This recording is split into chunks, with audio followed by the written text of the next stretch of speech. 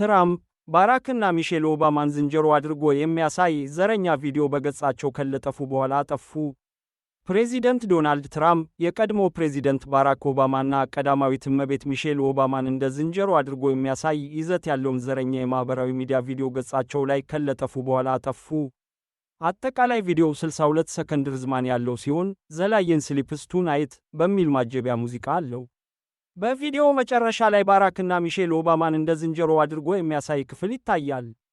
እንደ አውሮፓውያኑ በ2020 የተካሄደው ምርጫ ተጭበርብሯል የሚል ይዘት ያለውን ቪዲዮ ትራምፕ በማህበራዊ ሚዲያ ገጻቸው አጋርተዋል።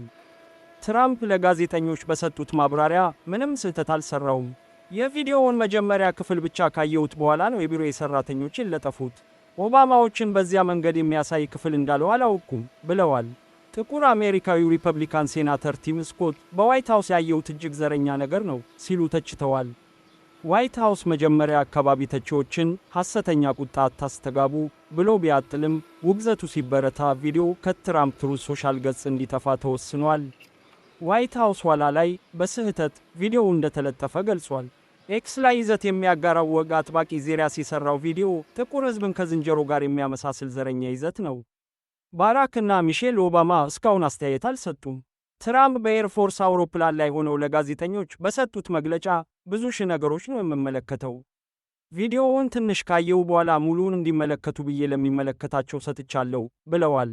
የትራምፕ ደጋፊዎችም ሳይቀር የቪዲዮውን ዘረኛነት በመግለጽ ከገጻቸው እንዲወገድ አሳስበዋል። ሪፐብሊካኑ የኒውዮርክ ተወካይ ማይክ ላው በጣም የተሳሳተና አስቀያሚ ይዘት ነው፣ በአፋጣኝ ይቅርታ መጠየቅ አለበት ብለዋል። ቪዲዮው ከትራምፕ ገጽ ከወረደ በኋላም ትችቱ ቀጥሏል። የቢቢሲ የአሜሪካ አጋር ሲቢኤስ እንደዘገበው የትራምፕ ወዳጅ የሆኑት የፍሎሪዳ ተወካይ ብራየን ዶናልድስ ቪዲዮው ከተለጠፈ በኋላ ወደ ዋይት ሃውስ ደውለው ቁጣቸውን ገልጸዋል።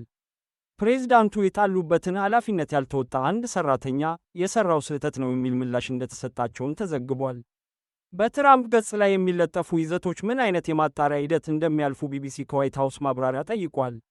የዋይት ሃውስ ፕሬስ ሴክሬታሪ ካሮላይን ሌቪት ቪዲዮው ፕሬዚደንት ትራምፕ ንጉሥ አድርጎ የሚስልና ዴሞክራቶችን ከላየን ኪንግ ፊልም ገጸ ባህሪያት ጋር የሚያነጽር ነው፣ ሐሰተኛ ቁጣን መዘገብ አቁሙና ለአሜሪካ ሕዝብ ግድ የሚሰጥ ነገር ላይ አተኩሩ የሚል ምላሽ ለቢቢሲ ሰጥተዋል። የናሽናል አሶሲዬሽን ፎር ዘ አድቫንስመንት ኦፍ ከለርድ ፒፕል ፕሬዚደንት ኃላፊ ዴሬክ ጆንሰን ቪዲዮው ከመሰረዙ በፊት አስቀያሚና አስጸያፊ ነው ሲሉ አውግዘዋል። ትራምፕ ከጄፍሪ ኤፕስቲን ሰነዶች ትኩረት ለማስቀየር እየሞከሩ ነው በማለትም ተችተዋል።